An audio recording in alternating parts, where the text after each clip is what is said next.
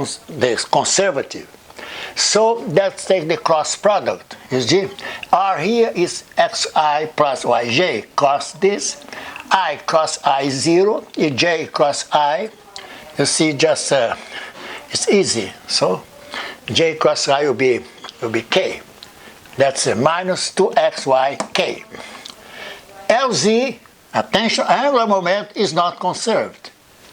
See, and the force is conservative, but Lz is not. Why? Because R cross F, which is in this case, the tau, okay, the torque, is different from 0. So from here, that's crucial here.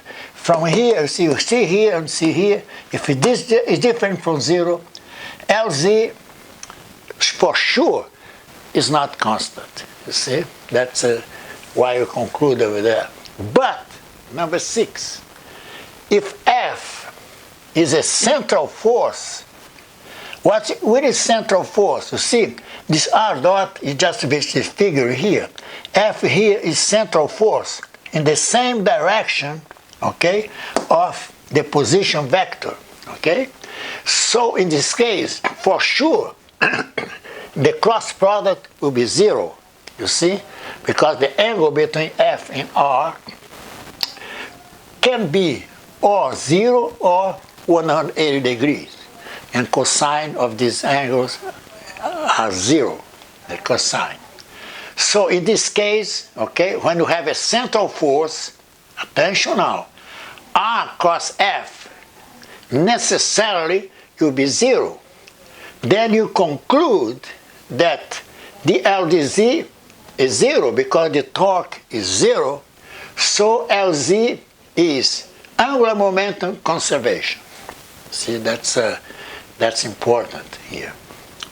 Now, angular momentum conservation plus conservative central force, in this case, you see, this leads to, in this case, to important, the torque is equal to 0 and Lz is angular momentum. You see, then I mix this over here, the force, given the force, but the central force is not like any force, it's a central force.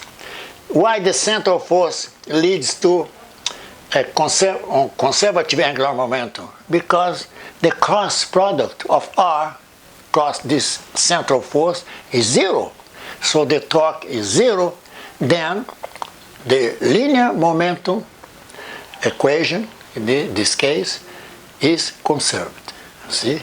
It's angular momentum. Sorry, not momentum, the angular momentum. It's angular momentum. See? That's it. That's a very important concept for the next lecture, which we will treat about the rotation.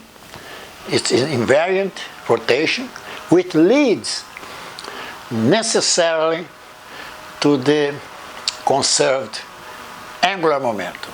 See? Then there you understand all this here which will be applied.